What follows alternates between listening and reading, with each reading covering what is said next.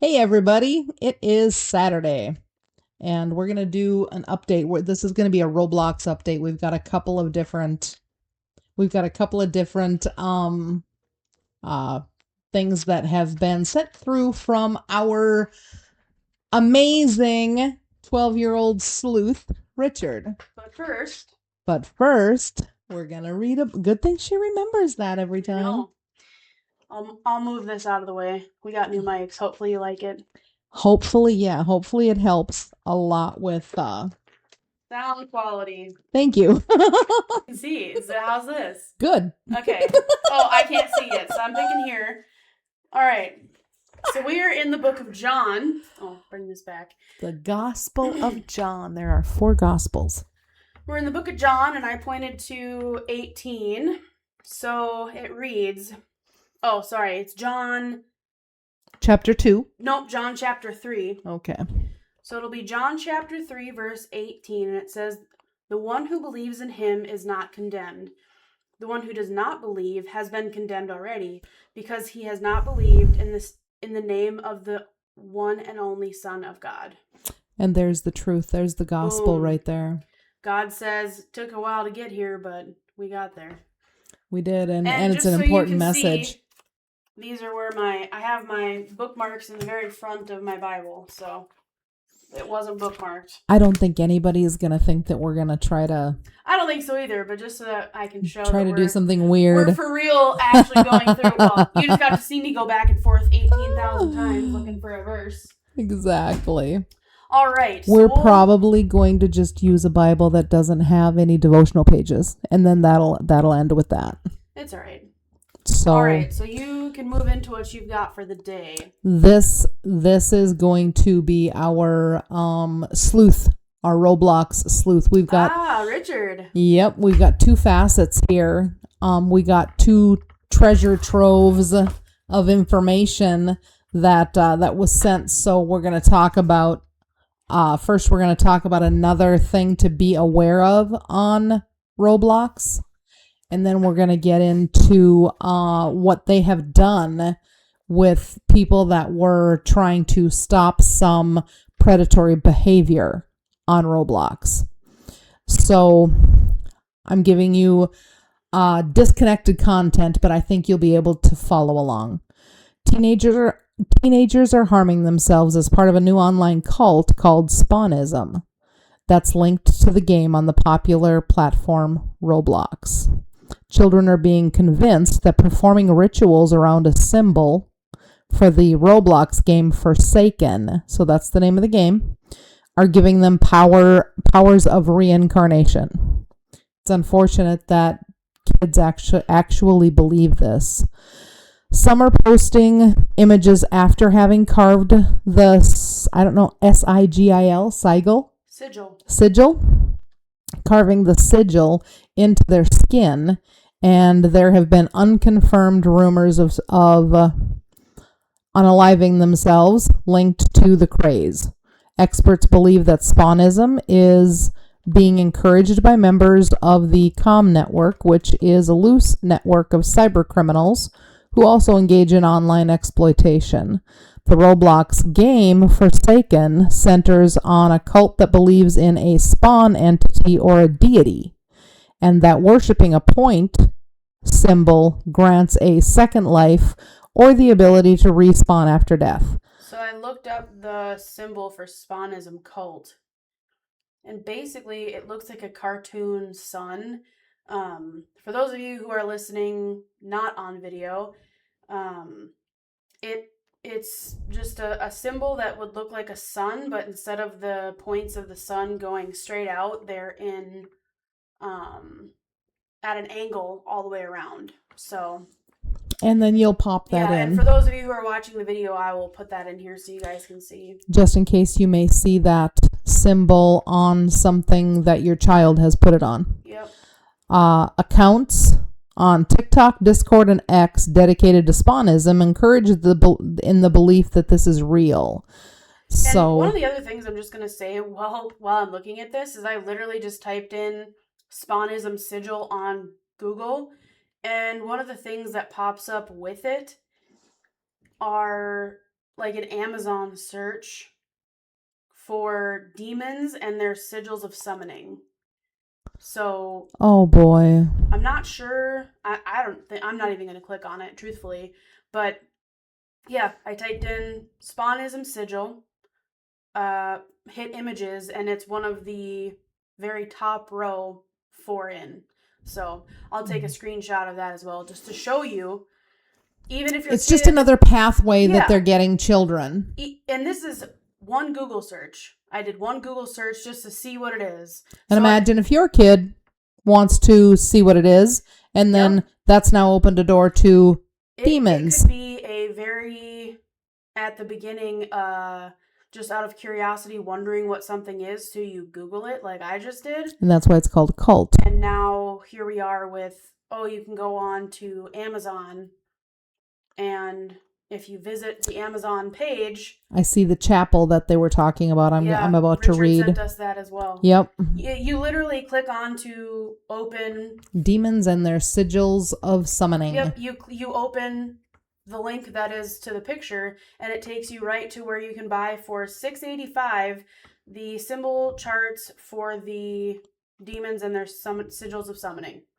A metal tin sign. Right off of Amazon. And I will screenshot that as well. Oh my goodness. So, the largest Spawnism experiences on Roblox receive between 12,000 and 72,000 visits a month. Some include a space that replicates the interior of a Christian chapel. Platforms must have systems to detect this, and they're supposed to take it down. That's failing. Security researchers published an investigation into Spawnism. They said that the predators were exploiting weaknesses in Roblox safety to recruit victims and move them to forums on other platforms, Discord, Guilded, X, and other sites, which I would most likely think is Reddit, because we did that deep dive on Reddit. You catch them here on Roblox, and you move them. And you can move them over to Reddit, where they can click into the dark web right now. Because we talked about that too. Vulnerable children displaying depression, self-harm, or eating disorder content received personalized invitations from groomers who were using scripts. For this Spawnism cult. The researchers noted. Victims were then asked to carry out initiation rituals that included undressing and carving of the spawn symbol into their skin while on camera. Yeah. This is paganism, and this is a religious practice. This is a cult practice. There is also power behind that in the occult world. Yeah. Demons are real. Oh, yeah. Evil is real. And this stuff is making children do things that they don't understand, but has very, very, very dark consequences. Vulnerable children displaying depression, self-harm, eating disorders, co-authors. We already talked about all of that. And you talked about the chat rooms that they can go into where it's set up like a church already as well? Yes. Okay. Oh yeah, there's the... Yep. You'll be able to put that as well. So long. It's so unfortunate and scary and sad for these kids. And children are being targeted here. They're just like when we talked about the counseling, the counselors and their algorithms that still aren't transparent, even though people have been asked for them to be transparent. So they're roving, looking for these vulnerable children so they can counsel them, which you and I both believe that counseling is actually leading them down a trans lifestyle. Yep, or this cult stuff, which is all a part of it. It starts one way or the other, and all veins lead to the same place, is what I'm trying to get at. Exactly. So they might start with this Spawnism whatever, and then throughout it, they get so confused and lose their sight on God or any sort of faith that they maybe had in their life. Maybe they never had it in their life. Maybe they think that they're too far away now. Yep. And then because they've done this, and that shame becomes shackles to them. That they can't enter a church because whether you like it or not, churches are places just like the story of the little boy last night that I told you about, that he was going to a youth group, and we don't understand why he said, oh, by the way, to the pastor's wife, but he did. Now imagine if he had so much shame that he wouldn't enter the church, then there wouldn't be an opportunity for someone to love on him enough, or her, for them to confess about what's happening, or even start talking about what's happening, and then somebody with a right mind hears something and thinks, that's really bad. And you don't want the child to think they're bad, but you want to save them. You want to save them from that. And churches, whether you like it or not, are able to do that. Mm-hmm. And shame keeps them away. And it shouldn't. And that's why I'm hoping that because we're going to just be coupling real life in here, which is everything from politics and government and Bible and Jesus and online stuff and real stories. It's all going to be here, real life. This is just real life. Yep. And everything that is in real life that matters, that you need to know about. So that's the Spawnism part that you needed to know about. But then there was this guy. I was reading his backstory, because he goes by Schlep, I believe. Yeah, he goes by Schlep, real Schlep, on Roblox. So what he and a few other of his friends, he's a 22-year-old guy, his name is Andrew. They follow the same predator hunter template that other people. I watched somebody called Predator Poacher. He has built a very great predator model for finding these predators, confronting them, and then him calling the police, and then now the police are involved. So it's not, I'm going to do something to them. It's, I need these guys to reveal themselves, and then I get the police involved after I get this guy to confess.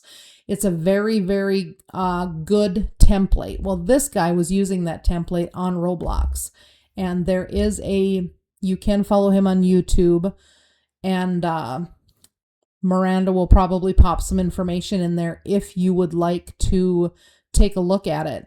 They had gotten their 6th arrest from the predators that they caught, and then Roblox sent them a cease and desist, telling them, you're going to be creating harmful scenarios and you must stop. So they gave them a cease and desist for... Yes. For why? Just because they don't want them... Roblox emphasizes that law enforcement professionals are best positioned to investigate potential crimes and urges users to report violations through official channels such as cyber tips in Roblox or the Trusted Flagger program. So they want to just have law enforcement handle things through Roblox means, like their means of how they handle things internally? Because they're calling them vigilante groups. Actions taken by vigilante groups increase the risk of more users being exposed to bad actors. How? You tell me how that happens. What bad actors? I don't know. So the bad actors can delay enforcement efforts by both Roblox and law enforcement. How? They don't say how. They just put out these words. This is going to happen if you do this, so you can't do this. And then a legal cease and desist goes out to the people that were catching predators, that were trying to stop what's going on Roblox. So I am waiting for October 8th.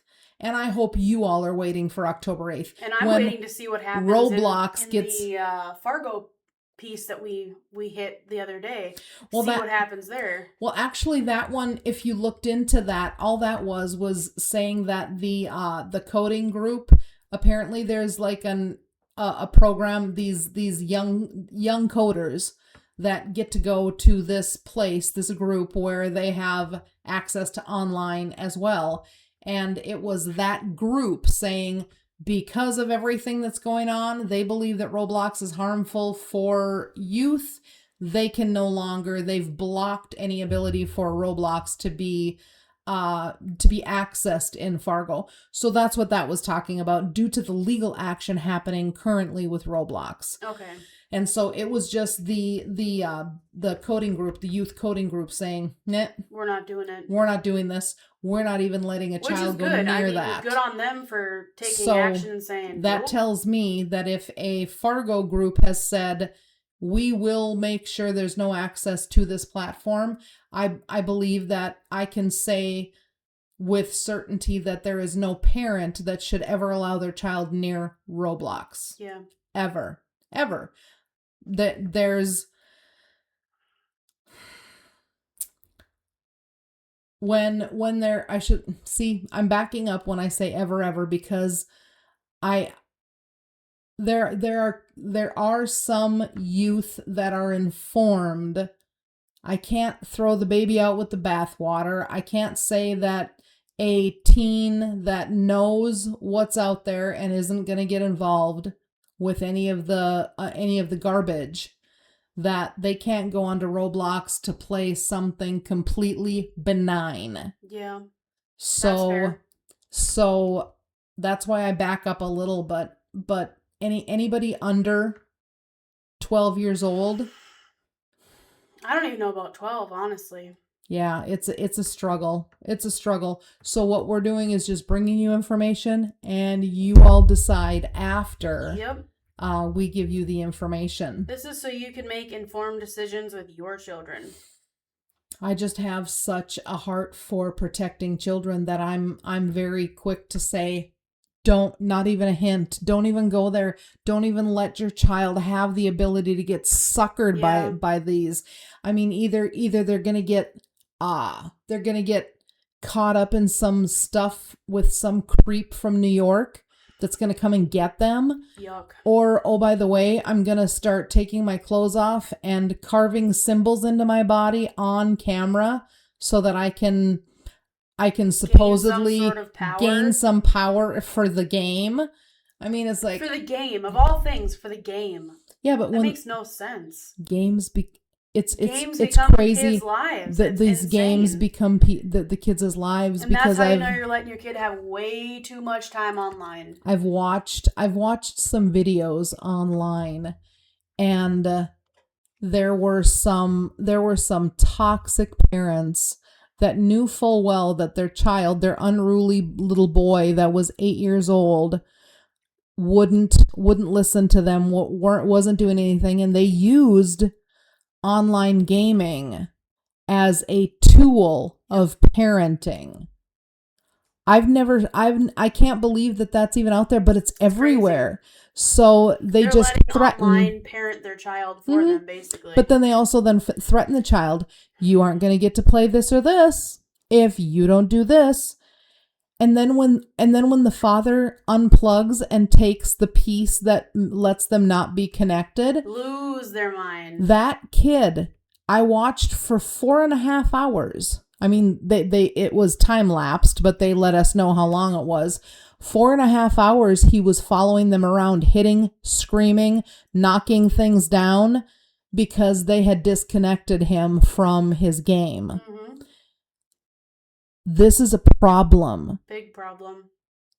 And if somebody thinks that that's normal, that's not normal in any universe. And that's on you, parent, for that. So you need to unplug. And you know what? I'm not speaking as somebody that is so great that they can condemn somebody. Me either. I remember taking a PlayStation away from my son for a summer, because I realized how much his games had consumed him, don't remember how old he was. 12. Okay, he was 11, 12, something like that. And when I saw that it was changing his behavior, it's like, ew, this is gross. No, he was younger. I was going to say I think 10. He was 8 or 9. Somewhere like that. So Because I didn't have a license yet. I know that much. I took it and I said, you're done because this thing is making you a monster. And I am not raising a monster. That's supposed to be a toy. That's not supposed to be a life. So there's no considering you even having it until you get back into school again in the fall. Mm-hmm. And then we will consider it. He was a completely changed kid after that. And then by the time fall came and I said, hey, you're in school, you can have your gaming system back. Meh, he didn't really want it. He was done. That's not what it looked like when I took it away in May. It was horrible. Definitely wasn't a happy camper when you did it. No. So I'm not coming to you as somebody that did everything so right. I made mistakes. I didn't understand the power of his play. I think it was probably a PlayStation 2 or original 3. So I didn't understand what that was doing to his brain because that was also new too. That's 2008. Yeah, 2008. We'd gone from like PlayStation 1 and 2 where there wasn't really anything, like you couldn't do any online gaming. And like the 2, I don't think you could either. And if you could, it was very minimal. And then when the PlayStation 3 came out, it was very much different, very much more involved. And there were like online campaign lobbies where you could play together with people around the world. I was so naive. I didn't understand what this thing was because I had not played any gaming. You had to learn and evolve as the consoles and the abilities of the consoles evolved quickly. And any of the gaming that I had done, I mean, that's Nintendo and Super Nintendo. Yeah. I loved gaming back then. Gaming. And I was good at it back then. And so my concept of what he was playing was the same as the Wizards and Warlock that I was playing back in the day. And then I remember going in, his door was open. His door always had to be open, and it had to be within view of me when he was in there during his game time. He was playing this game called Grand Theft Auto, and I assumed it was similar to the games that were from Nintendo and Super Nintendo. Don't ever assume anything. I assumed, so I'm telling you to do things that I've learned from already. Yep. So I went in there. My kid was, he was a good kid. He was sweet. He was kind. He was chivalrous. He was smart. Very smart. He would do anything for anybody. He just had a very kind, compassionate heart. Soft heart. I walked in there and I looked at his screen, and here was this, his avatar was a black man. And then I said, "Is that you?" And I asked him questions, and yep, that's the guy that he created for himself, and the attire he had on and everything. Back when you could build your own, well, you still can, but that was like it was new. You could make your own person. He was walking on the sidewalk, and then he punched a woman with his avatar. Punch, punch, punch, punch, punch. And I said, "What are you doing?"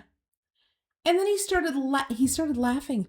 I'm telling you this because it shocked and horrified me. Don't think any less of my son because he's a good man, but he was a little boy then. These games are teaching them. He said, "Oh, that's just a prostitute."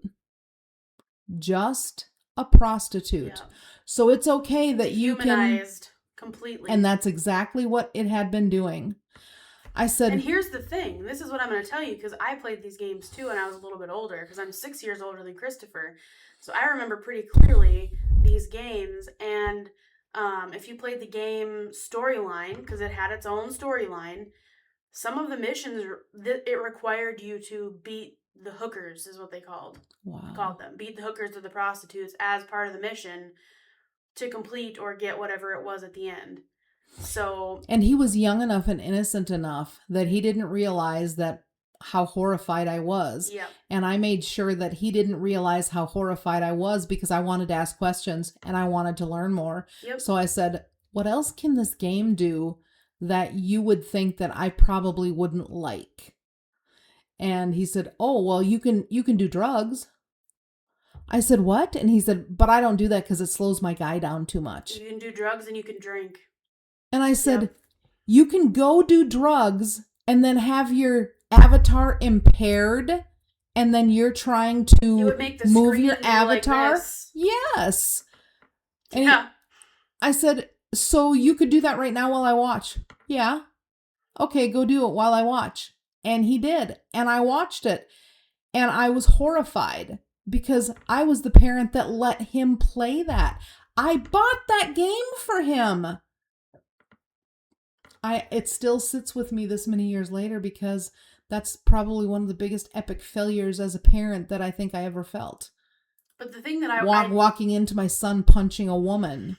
The thing that I want to say, though, that I think is important to also mention is that just because all of these things happen doesn't mean that he's not still an avid gamer as an adult. He loves to game. The difference now is the fact that once you realized the fact of the matter with the games being not what you thought they were, and you were able to redirect how you let him play and what you let him play, that is what mattered.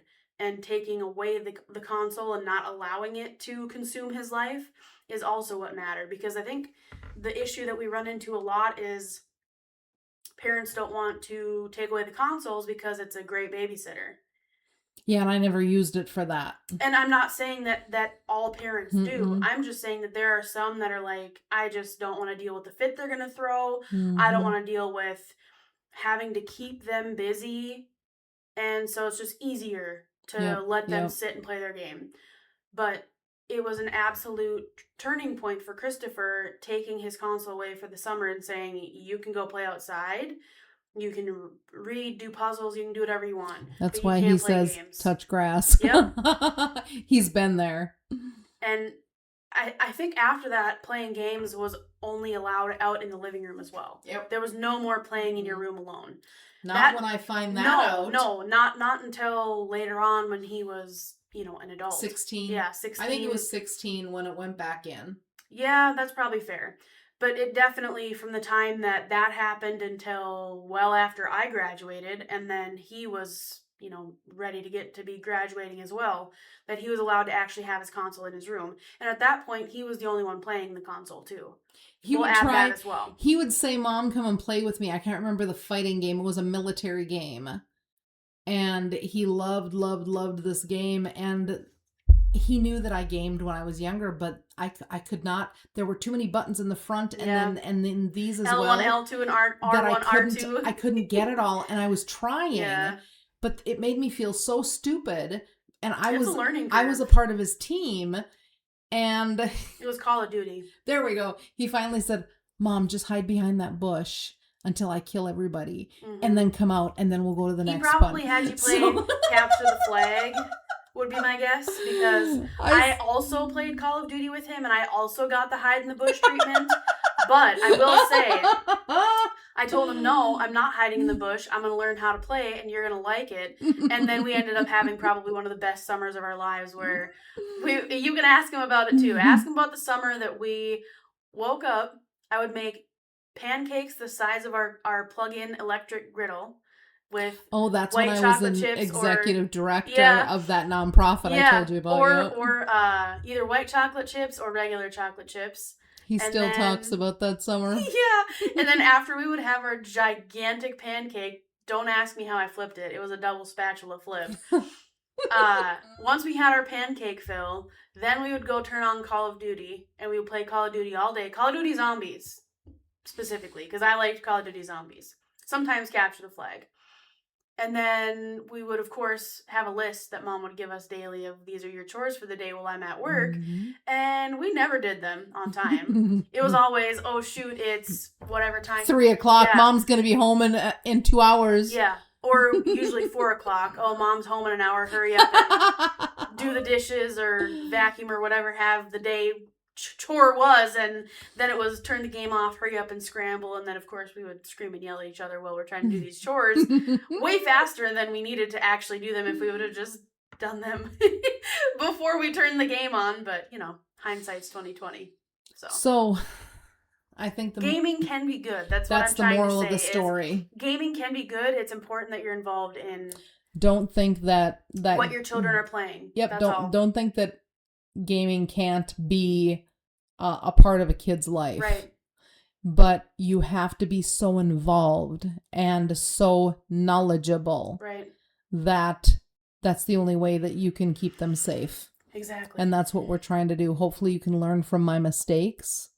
And hopefully the information that we bring you will help keep your kids and your grandkids safe. And that's all that we have for this episode. Pretty much. Just trying to say that games can be not great, but also if you're involved, they are not something that you need to completely cut out. So just be involved and know what's going on. And have fun. That's the main thing. Have fun. Play family games. You can make the best. That's true. You can make the best memories with games. There's plenty of them. Board games. We're big board game people. Love board games. We love having a good board game night. We always call it game night. I have a giant board game cabinet. It's the best. And those are not dangerous. No. So there isn't anybody that's going to be creeping around Park Place trying to get your child when they're coming around the corner. And if they are, we'll send them to jail. No, not a jail-free card. Sliding by chance and going over to Marvin Gardens. Yeah. Pass go. Do not collect $200. Exactly. That's all I'm saying. Have fun and keep your kiddos safe. Exactly. Till tomorrow. God bless. Bye. Bye.